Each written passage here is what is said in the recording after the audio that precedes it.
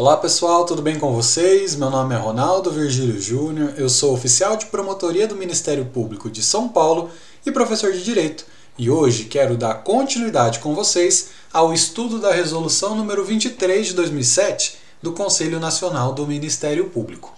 Na aula de hoje, a aula de número 3, estudaremos da instrução do inquérito civil e do princípio da publicidade. Antes da gente começar, como de costume, eu gostaria de convidá-los a se inscrever aqui no meu canal. Isso me ajuda bastante, é muito importante para mim e te deixa por dentro de todas as novidades que você precisa saber do concurso e todas as aulas gratuitas disponibilizadas aqui no canal. Se tiver alguma dúvida, entre em contato comigo por meio do Instagram, @ronaldo.virgiliojunior. Lá eu respondo você um pouquinho mais rápido do que aqui nos comentários do YouTube. Mas eu sempre estou de olho aqui também para respondê-los qualquer dúvida que vocês tiverem, tá bom? Aqui está a gama de material para o concurso de oficial de promotoria que eu ofereço para vocês utilizarem como instrumento. Legislação com afinco e legislação com lacuna produzido junto com a Lara Porteiro. Vou deixar aqui o link para vocês adquirirem as apostilas. E também material preparado também com a Lara e com a Nayara Vieira, que é o 900 questões inéditas comentadas alternativa por alternativa da parte de direito desse edital do concurso oficial de promotoria, para você chegar no mais alto nível nessa prova que a gente está aguardando que seja pelo menos esse ano, tá bom pessoal? Tem um cupom de desconto também para essa apostila, Ronaldo10, você utiliza e ganha 10%. Quer dar uma olhadinha nas amostras? Entra no link da bio do meu perfil do Instagram, que lá vai ter os links disponíveis. Quer adquirir? Vou deixar aqui o link na descrição desse vídeo, tá bom? Sem mais delongas, a gente parte agora para tratar do artigo 7º, que já começa falando a respeito da publicidade. Aplica-se ao inquérito civil o princípio da publicidade dos atos, com exceção dos casos em que haja sigilo legal ou em que a publicidade possa acarretar prejuízos às investigações. Casos em que a decretação do sigilo legal deverá ser motivada. Pessoal, aqui basicamente a previsão dentro da Resolução 23 da aplicabilidade do princípio da publicidade ao inquérito civil. Então toda a investigação, toda a produção de provas, toda a documentação daquele inquérito são de caráter público. Qualquer pessoa pode acessar esses autos e ter conhecimento de tudo aquilo que está acontecendo dentro do inquérito civil. É claro que a resolução, nesse artigo 7º especificamente, prevê duas grandes exceções. Os casos de sigilo legal, por exemplo, sigilo fiscal, que é garantido pela lei, o Ministério Público não poderá abrir mão dele. Então, essa parte especificamente ficará em sigilo. E também nos casos em que a publicidade puder acarretar prejuízos às investigações. Imagine só que, no decorrer do inquérito civil, esteja planejando uma eventual busca e apreensão de alguns computadores, de documentos. Se esse planejamento dessa ação for pública, é claro que o investigado vai dar fim em toda a documentação. Isso vai prejudicar as investigações. É claro, conforme consta aqui no artigo 7º, a decretação do sigilo legal deverá ser motivada, sempre expondo as razões de fato e de direito que se sustentam esse ato de sigilo. Avançando, parágrafo 1º. Nos requerimentos que objetivam a obtenção de certidões ou extrato de cópias de documentos constante nos autos sobre o inquérito civil, os interessados deverão fazer constar esclarecimentos relativos aos fins e razões do pedido, nos termos da Lei 9.051 de 95. Nada demais aqui também, né, pessoal? Quem quiser ter cópia daqueles documentos que instruem o inquérito civil, quem quiser obter uma certidão a respeito desse inquérito civil, deverá fazê-lo por meio de um pedido e, dentro desse pedido, fará os esclarecimentos relativos aos fins e às razões pelo qual se dá esse pedido da extração de cópias ou das certidões. É preciso esclarecer o porquê que essa pessoa quer esses documentos, tá bom? Avançando aqui para a gente tratar do parágrafo 2º, que nos coloca 4 situações em que o princípio da publicidade vai se materializar. Leiam comigo. A publicidade consistirá, número 1, na divulgação oficial, com o exclusivo fim de conhecimento público mediante publicação de extratos na imprensa oficial. Hoje, se você entra no Diário Oficial do Estado, você vai ver, por exemplo, a divulgação de vários extratos no Diário Oficial de portarias de instauração que foram instauradas há alguns dias, há algumas semanas, para fim exclusivamente de conhecimento público, para que toda a população tenha conhecimento de que há uma investigação em andamento a cargo do Ministério Público que investiga tais pessoas, tais interessados, e que trata do seguinte objeto e deixa claro a respeito do que se trata. Número 2. Na divulgação em meios cibernéticos ou eletrônicos, dela devendo constar as portarias de instauração e extratos dos atos de conclusão. Ou seja, no site do Ministério Público, meios cibernéticos e eletrônicos, deverá constar as portarias de instauração para fins de conhecimento público e também os extratos dos atos de conclusão. Os atos de conclusão são aqueles atos em que o oficial de promotoria, por exemplo, encaminha os autos ao promotor de justiça para que ele dê uma decisão, para que ele avalie uma documentação. Então, esses extratos, a data que foi, quando foi, para qual motivo foi, tudo isso deve constar também no site oficial do Ministério Público, a fim de materializar o princípio da publicidade. Inciso número 3. Na expedição de certidão e na extração de cópias, sobre os fatos investigados, mediante requerimento fundamentado e por deferimento do presidente do inquérito civil. A gente acabou de conversar, né, pessoal, da necessidade de expor as razões por meio dos quais se fundamenta aquele pedido de extração de cópias ou na expedição de certidão. E aqui o inciso 3 se repete. A publicidade se materializará por meio da expedição de certidão, sim, por meio da extração de cópia também.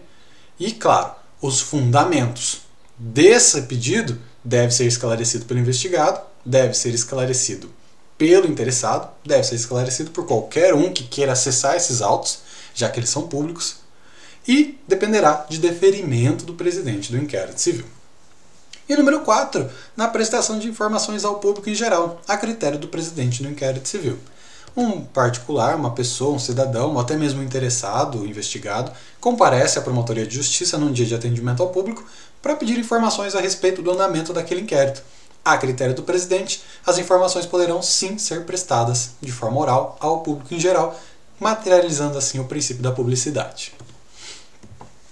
A gente avança para tratar do parágrafo 3º, que diz o seguinte, que as despesas decorrentes da extração de cópias correrão por conta de quem as requereu. Ou seja, se a parte quer cópia do processo na íntegra e o Ministério Público é quem fará essas cópias, antes ela tem que pagar uma guia. Antes ela tem que pagar uma guia de recolhimento para que ela custeie as despesas decorrentes da extração dessa cópia. A tinta da impressora, a folha e todo o tempo despendido ali para materializar as cópias que ela solicitou.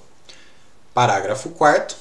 A restrição à publicidade deverá ser decretada em decisão motivada para fins de interesse público e poderá ser, conforme o caso, limitado a determinadas pessoas, provas, informações, dados, períodos ou fases, cessando quando extinta a causa que a motivou.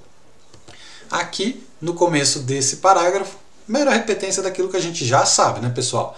A restrição da publicidade é possível? É, desde que seja decretada de forma motivada. É preciso expor as razões de fato e de direito em que o promotor se fundamenta para impedir a publicidade daquele procedimento. Mas sempre quando é decretado o sigilo, é na íntegra daquele procedimento? Não. Aqui, a resolução expõe que essa restrição pode se limitar a determinadas pessoas, ou seja, só o investigado não vai poder ver. Ou seja, ou melhor, só o investigado poderá ver. A população em geral não poderá. Você pode limitar para um grupo de pessoas, para uma pessoa específica, ou você pode limitar para certas provas. Olha, esse imposto de renda aqui, que o interessado apresentou, é uma prova e ela deve ser resguardada pelo sigilo legal, pelo sigilo fiscal.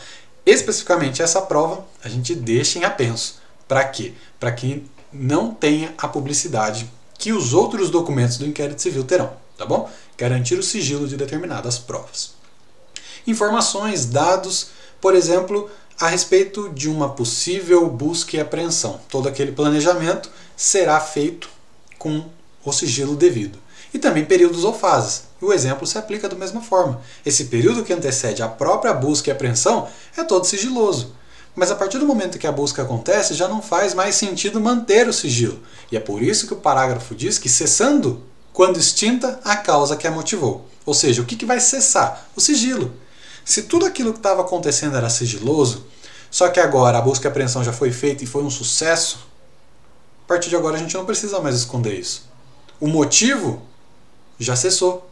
Então isso significa que o sigilo também cessará. Certo, pessoal?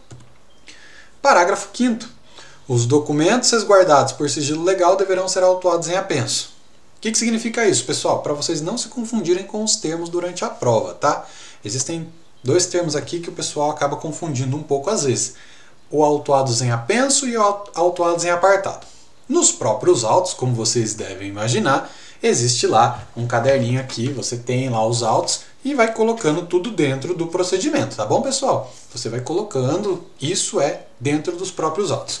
Agora, se a gente tem uma autuação em apenso ou em apartado, a gente vai ter dois procedimentos. Qual é a diferença de um para o outro? O apenso, eles vão estar coladinhos, pessoal. Eles vão andar juntos. Se for feita a conclusão de um, o outro também vai concluso.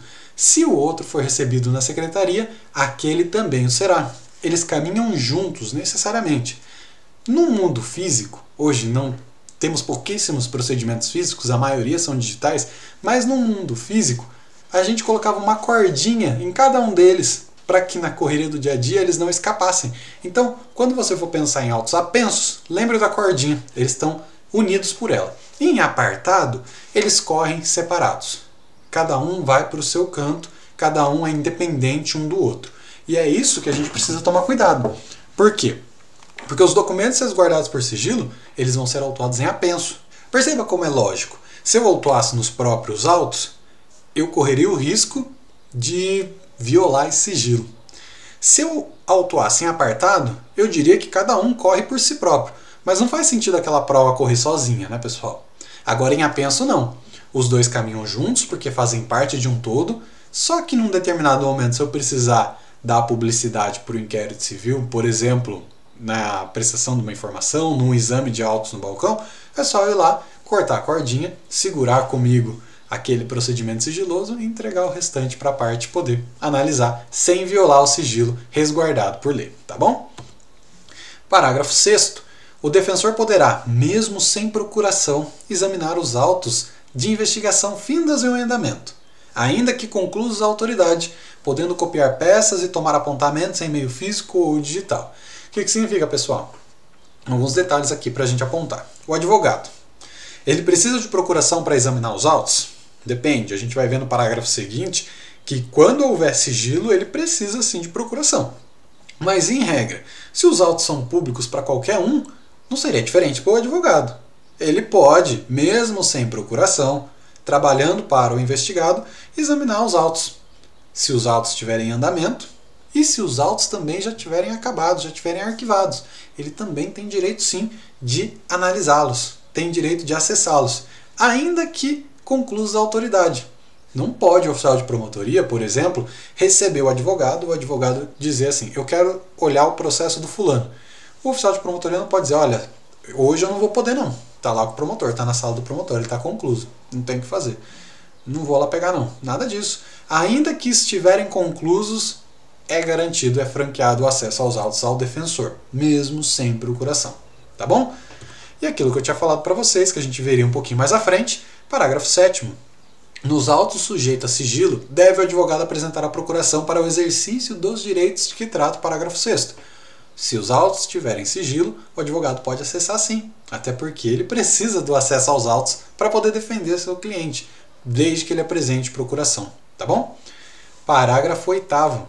O presidente do inquérito civil poderá delimitar, de modo fundamentado, o acesso do defensor à identificação dos representantes e aos elementos de provas relacionados a diligências em andamento e ainda não documentadas nos autos, quando houver risco de comprometimento da eficiência, da eficácia ou da finalidade das diligências.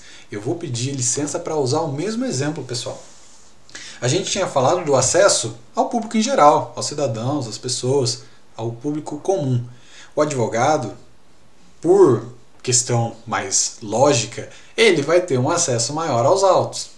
Ele teria garantido um acesso maior aos autos. Tanto é que ele pode acessar autos sigilosos, desde que tenha procuração para tanto. Então ele tem poderes a mais do que uma pessoa comum, porque a função dele é defender o cliente. Agora, se a representação for sigilosa quanto aos dados do representante, ele tem direito de saber quem representou?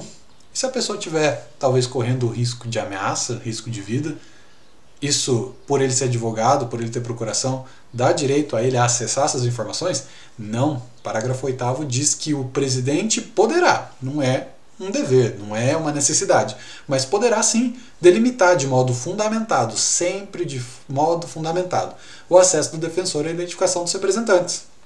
E mais, ele pode delimitar também, o presidente do inquérito civil, de modo fundamentado, o acesso do defensor aos elementos de provas relacionados a diligências em andamento e ainda não concluídas. Acabamos de falar.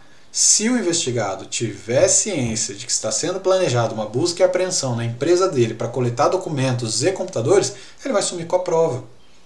E o advogado também poderá, ali, numa questão de... entra mais uma questão de ética, mas não vamos entrar nessa questão, mas ele poderá, tendo acesso àquilo, informar o cliente dele, olha, vamos fazer uma busca e apreensão. Some com as coisas, não deveria ser assim, né? Mas é possível sim delimitar a questão das diligências em andamento e ainda não documentadas nos autos. Tá bom? Quando houver risco de comprometimento da eficiência, da eficácia e da finalidade das diligências, de forma fundamentada, para não estragar tudo, resumindo. E a gente parte para o parágrafo 9º. O acesso às unidades do Ministério Público para informações a respeito de publicações na imprensa oficial é garantido a todos os cidadãos, na forma do que determina a resolução número 205 de 2019 do CNMP, que instituiu a Política Nacional de Atendimento ao Público no âmbito do Ministério Público Brasileiro.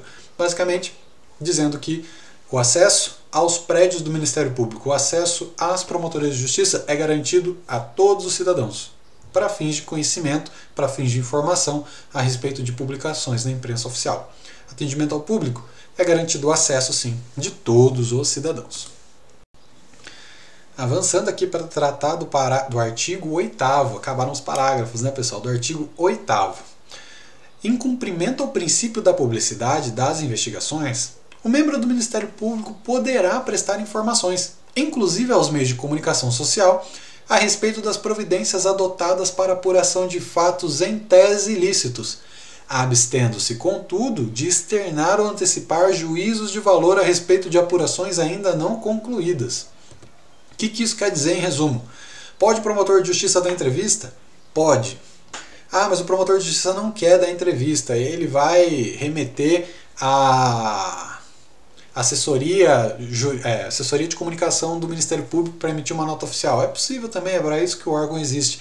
Mas o promotor em si, ele quer dar entrevista para o Fantástico, para a Globo, para a Band, Record, seja quem for, para o jornal local da cidade, ele pode sim. E isso, inclusive, é uma das formas de materializar o princípio da publicidade. Mas é preciso ter cuidado na hora de se dar essas declarações, prestar essas informações aos meios de comunicação, inclusive a eles, né?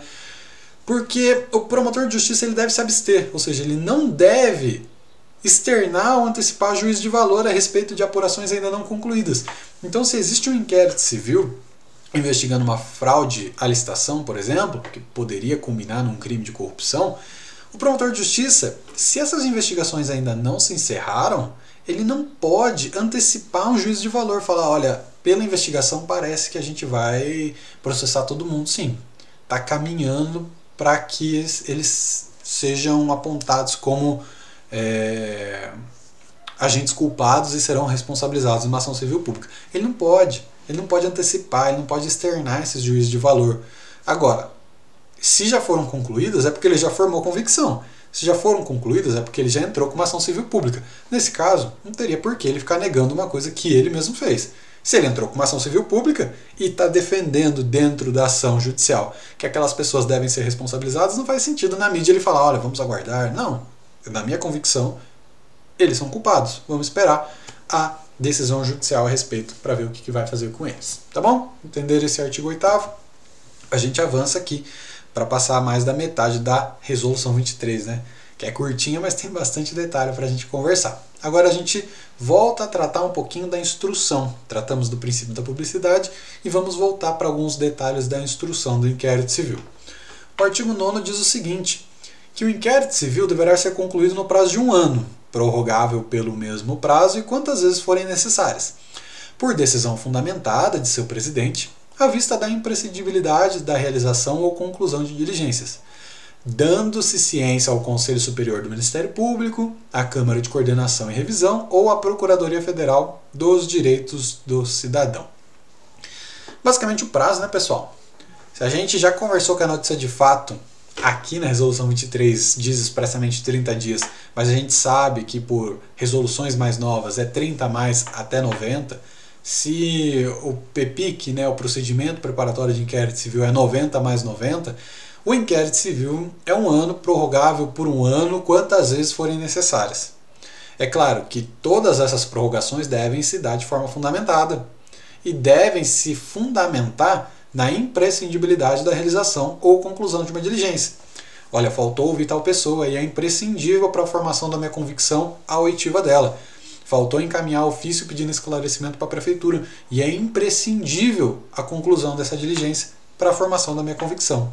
Tá bom, pessoal? E tudo isso será dado ciência ao Conselho Superior do Ministério Público, à Câmara de Coordenação e Revisão, a depender de cada órgão, se é o Ministério Público Federal, se é o Ministério Público Estadual, tá bom? No caso de São Paulo, ao Conselho Superior do Ministério Público. E parágrafo 1º.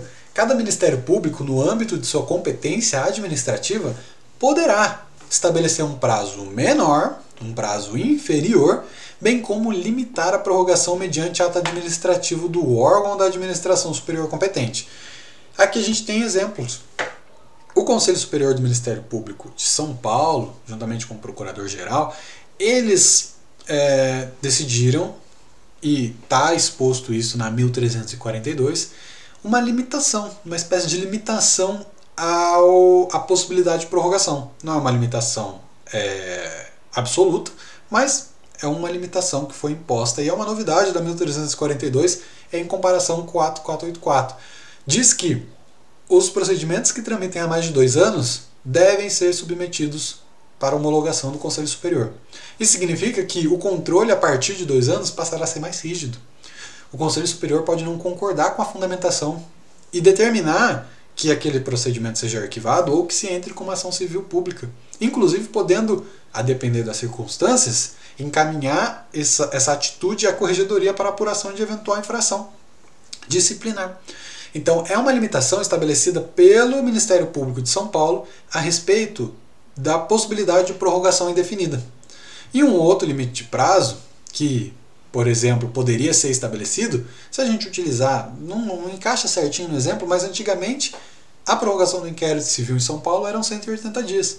Tanto é que a resolução 484 não, a resolução 664 está desatualizada e diz 180 dias ainda.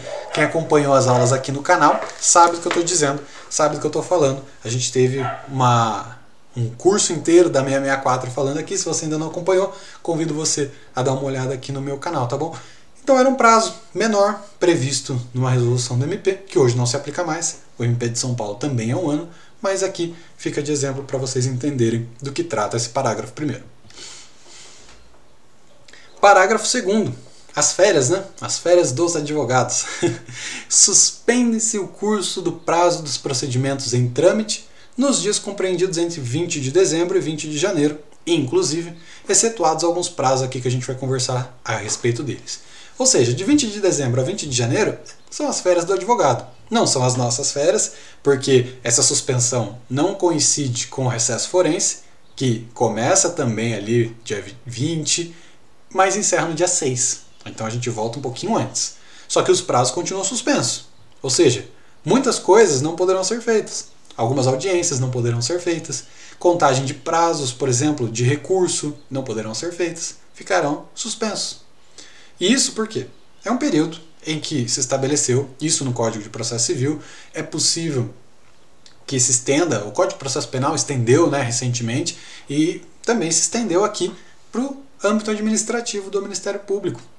Entre os dias 20 de dezembro até 20 de janeiro não correm os prazos, mas a gente tem algumas exceções. Não sei se a prova vai chegar a tanto, porque isso seria um detalhamento bastante cruel da banca, né? Mas eu não vou deixar vocês aqui na mão. E vamos ver do que se trata cada exceção dessa. O artigo 8º, parágrafo 1º e o artigo 9º, parágrafo 1º da Lei de Ação Civil Pública diz que as requisições e a remessa ao Conselho Superior do Ministério Público em caso de arquivamento ou indeferimento não estão compreendidas na suspensão desse prazo. Então, se requisitou-se a prefeitura no prazo de 15 dias uma informação, não vai suspender esse prazo. Continuam contando os 15 dias. Se houve a promoção de arquivamento do inquérito civil, aquele prazo de 3 dias previsto em todas as resoluções na Lei de Ação Civil Pública, um prazo importantíssimo, também não se suspenderá. Você, oficial de promotoria, também deverá encaminhá-los no prazo de 3 dias para homologação do Conselho Superior. E alguns outros prazos. Olha, de novo, se repete. Artigo 5º, parágrafo 2º dessa resolução, que diz sobre a remessa ao Conselho, aqueles mesmos 3 dias depois de haver o recurso contra o indeferimento da representação. Pulando aqui o artigo 6º, o artigo 9º-A, de novo, a remessa ao Conselho Superior no caso de declínio de atribuição. Vamos conversar daqui a pouquinho o que seria esse declínio de atribuição, qual a diferença dele para a promoção de arquivamento e qual a diferença dele para o conflito de atribuição. E de novo, artigo 10, parágrafo 1º, que vai ser tratado na próxima aula, a remessa para o Conselho no caso de promoção de arquivamento. Então, pessoal, é isso. O prazo para encaminhar para o Conselho, prazo de 3 dias, não se suspende. Ah, não, é aquele prazo de 10 dias que o PGJ tem para encaminhar as requisições às altas autoridades. Suspende? Não. De acordo com o artigo 6º, parágrafo 8º, presente aqui no parágrafo 2º, não suspende. Então, fica aqui, faça essa anotação aí na sua legislação com afinco, para você não esquecer quais prazos não se suspendem e para que você lembre da regra geral de suspensão entre os dias 20 de dezembro a 20 de janeiro. Vamos avançando aqui, já estamos aqui com 26 minutos, né? Aqui está exposto para vocês a Lei 7347, não vou expor a Resolução 23 porque a gente está estudando ela aqui, né? Mas aqui, artigo 8º, parágrafo 1º, 10 dias para requisições, né? Prazo não inferior a 10 dias para requisições e o prazo de 3 dias para encaminhamento ao Conselho, no caso de arquivamento de inquérito civil ou de suas peças de informação. Parágrafo 3º. Ressalvadas as férias individuais e os feriados instituídos por lei, os membros do Ministério Público exercerão suas atribuições durante o período previsto no parágrafo anterior. Aquilo que eu falei para vocês. É férias do advogado, não são férias nossas, não é férias do promotor. Ressalvadas eventuais férias individuais que aquele promotor tenha no mês de dezembro e janeiro, ressalvados os feriados instituídos, ou seja, do dia 20 de dezembro a 6 de janeiro é feriado instituído por lei. Ressalvados esses períodos, a gente vai trabalhar assim, tá bom? Exercerão as suas atribuições durante o período os membros do Ministério Público. Parágrafo 4º.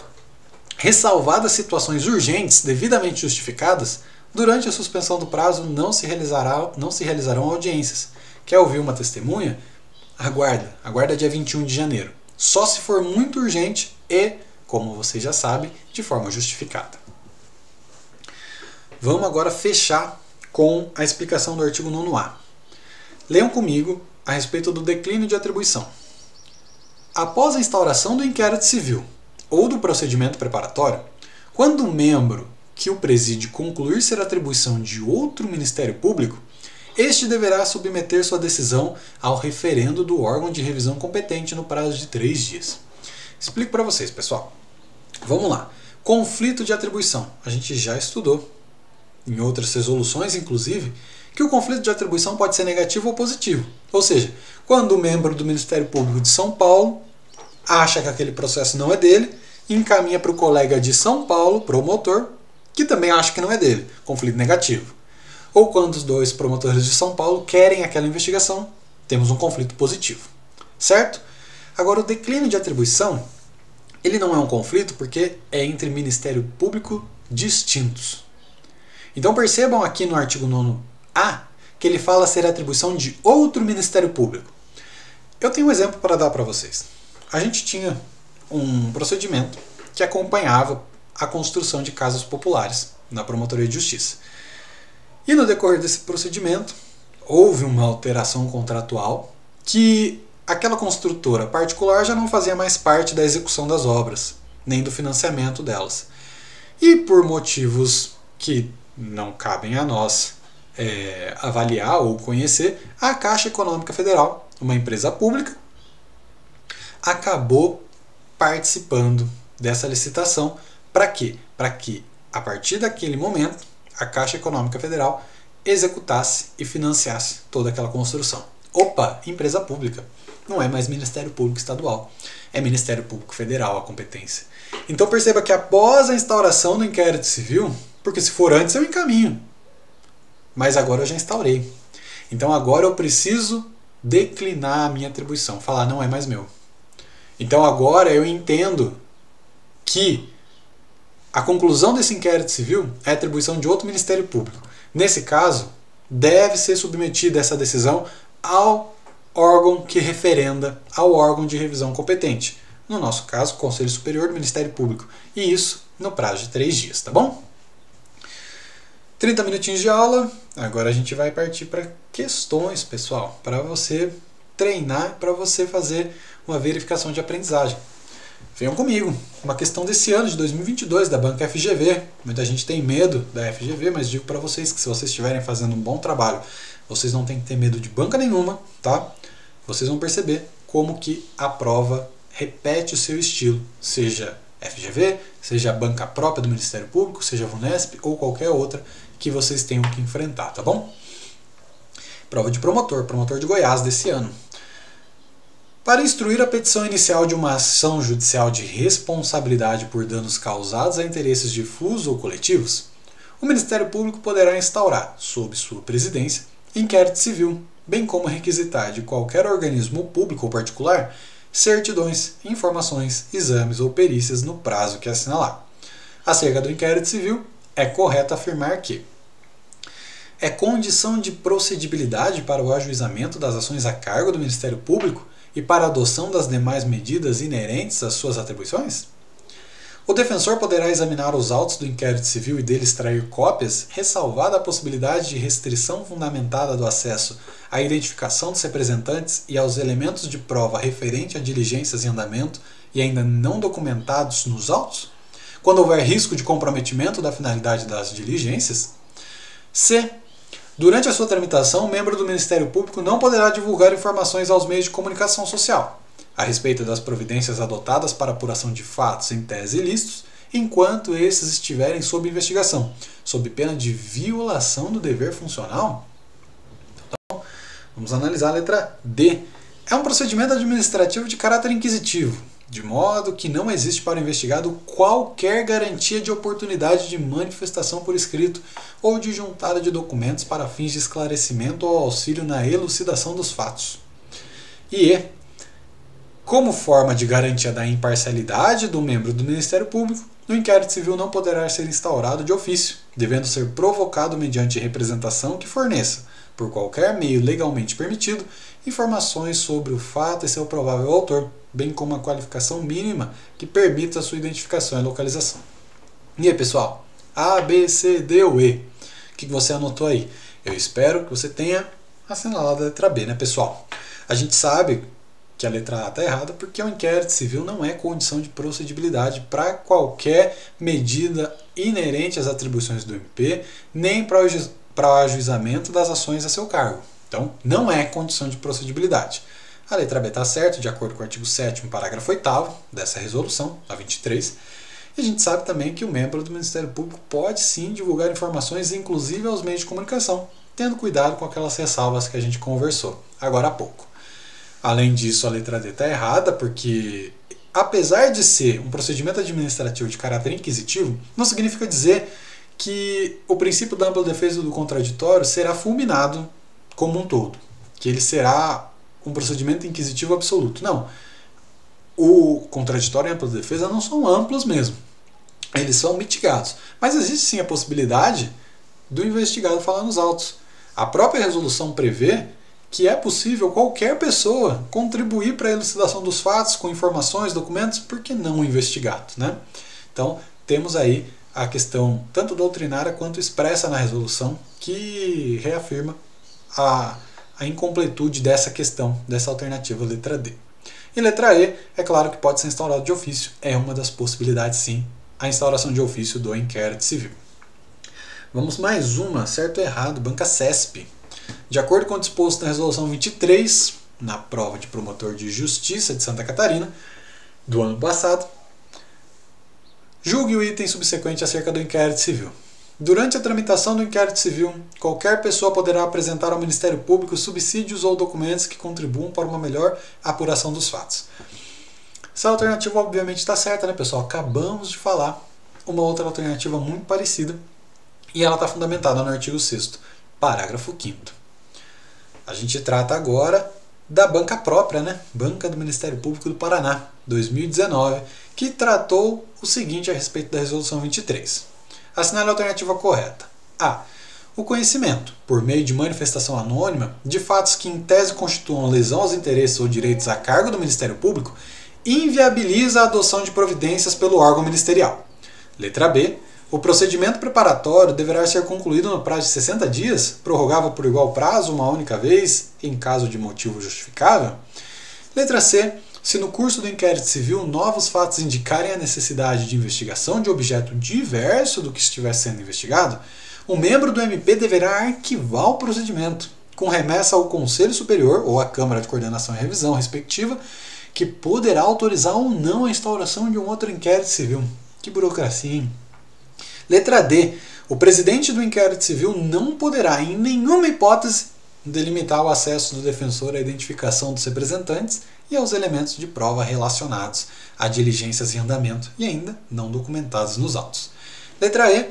Em se revelando necessário na instrução do inquérito civil, ato de notificação ou requisição dirigido ao conselheiro do CNMP ou do CNJ deverá ser encaminhado ao destinatário pelo procurador-geral respectivo. Essa tá mole, né, pessoal? Essa vocês sabem que a alternativa correta é a letra E. Por quê? Porque a letra A não dá, né, pessoal? A gente sabe que a manifestação anônima, se ela não contiver os requisitos legais, inviabiliza o pedido de complementação. Vai pedir para complementar quem complementar. Agora, se ela está instruída certinho ali, tem um início de prova, tem fundamento, não é motivo o fato dela ser anônima uma inviabilização da adoção de providências pelo órgão do MP, tá? Procedimento preparatório a gente conversou nessa aula, 90 dias prorrogável por igual período. E aqui, essa burocracia toda para instaurar um novo inquérito é brincadeira, né? Se precisasse fazer isso. A gente sabe que, havendo novos fatos que justifiquem uma nova investigação, ou o promotor poderá aditar a portaria, ou extrair cópia, ou extrair peças dos autos para a instauração de um novo inquérito. Não precisa de toda essa confusão, não. E letra D, tá errado porque ele pode sim limitar em algumas hipóteses, como a gente conversou nessa aula, o acesso do defensor, a identificação do representante ou elementos de prova ainda em andamento, né, pessoal? E aqui, letra E, a gente sabe que é o PGJ que encaminha as requisições às altas autoridades, tá? Incluindo conselheiros do CNJ e do CNMP. Aqui eu já estou dando para vocês o gabarito, veio errado.